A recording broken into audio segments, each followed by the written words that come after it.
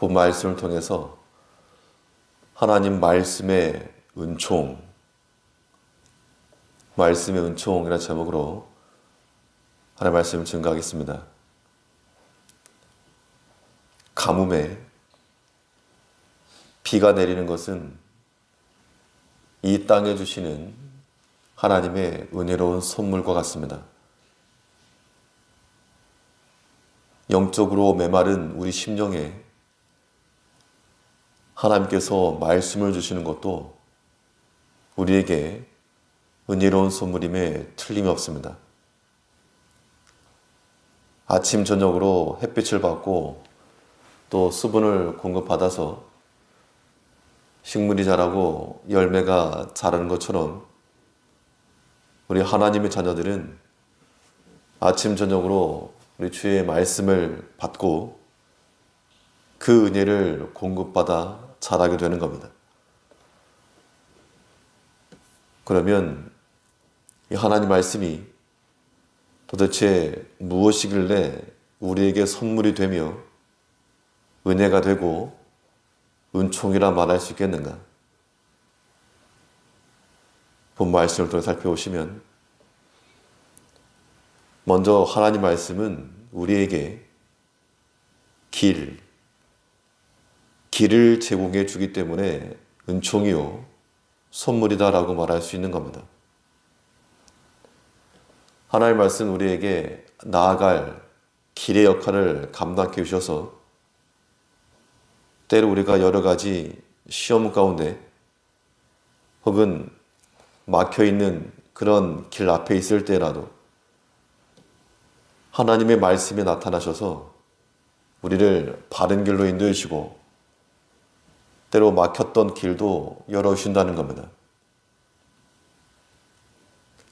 16절에서 눈을 양털같이 내리시며 서리를 재가 드시며 이 팔레스타인 지역에 눈이 오는 것은 흔하지가 않은데 이 눈과 서리가 내려서 길이 막혔다는 겁니다.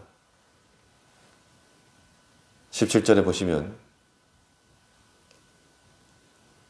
우박을 떡 붓소리같이 뿌리시나니 누가 능히 그 추위를 감당하리요. 마치 음식을 먹어서 속에서 꽉 막히는 상태가 되게 되면 이 길이 막혔기 때문에 이 답답함이 임하는 겁니다.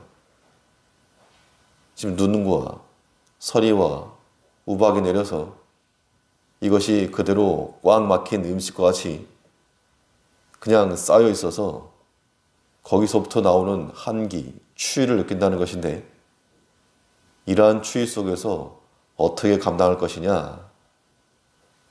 꽉 막힌 이러한 상태에서 어떻게 해결할 것이냐? 이 질문에 대해서 하나님께서는 그의 말씀을 보내셔 다 녹게 하신다라고 말씀하고 있습니다. 18절에서 그 말씀을 보내사 그것들을 녹이시고 바람을 불게 하신 즉 물이 흐르는도다. 말씀이 오기 전까지는 녹지 않고 그대로 있다 그 이야기입니다.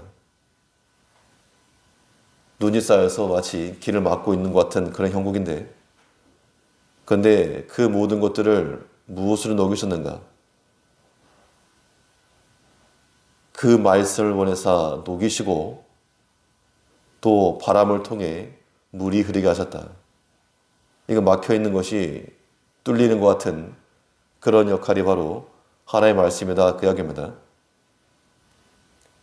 쌓인 눈을 녹음이 있어서 그 말씀을 보내셨다.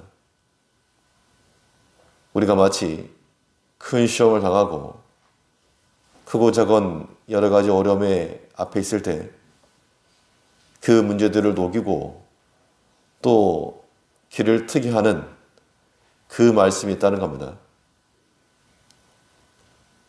우리가 주의 말씀에 주목을 하고 또 사모함을 가지고 나가게 되면 하나님께서 반드시 우리에게 필요한 그 말씀을 주셔서 우리가 나아갈 길을 열어주시는 겁니다. 그렇기 때문에 우리가 하나님의 말씀을 받을 때 이것이 우리에게 은총이요 선물이다라고 말하는 겁니다. 아무리 많은 말씀을 들어도 흘러 떠내려가면 아무 유익이 없지만 그 말씀에 내 마음에 꽂히고 내 행실까지 이어지게 되면 그것이 우리에게 유익한 겁니다. 그래서 시편 기자는 이 주의 말씀을 가리켜서 자기 자신의 발의 등과 빛이라 그랬습니다.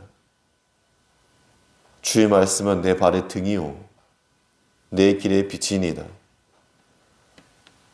실상 우리가 길이 분명 있는데 캄캄함이 임하면 한 길 앞이 보이지 않기 때문에 우리가 나아가지 못하는 겁니다. 그러나 불을 밝히면 눈이 녹아 없어지는 것 같이 어둠이 물러가고 원래부터 있었던 그 길이 우리 눈앞에 보이는 겁니다.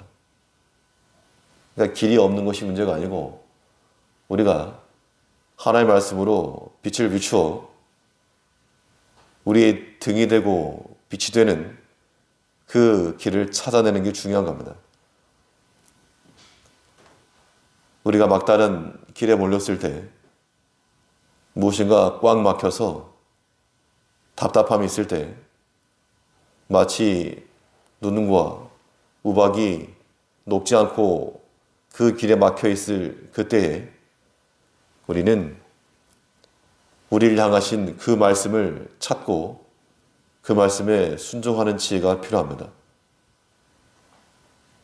우리 가운데 말씀으로 찾아오신 예수님께서 친히 내가 곧 길이요 라고 하셨으므로 그 말씀 안에서 우리 주 예수를 발견하고 십자가 안에서 우리가 나갈 방향과 길을 찾아갈 때 그 말씀에서부터 주어지는 힘과 능력으로 우리가 살아가는 겁니다. 이런 말씀 은총을 받는 우리가 되어야 될 것이며 또 하나님의 말씀은 우리에게 사랑의 표징으로 주었다는 겁니다.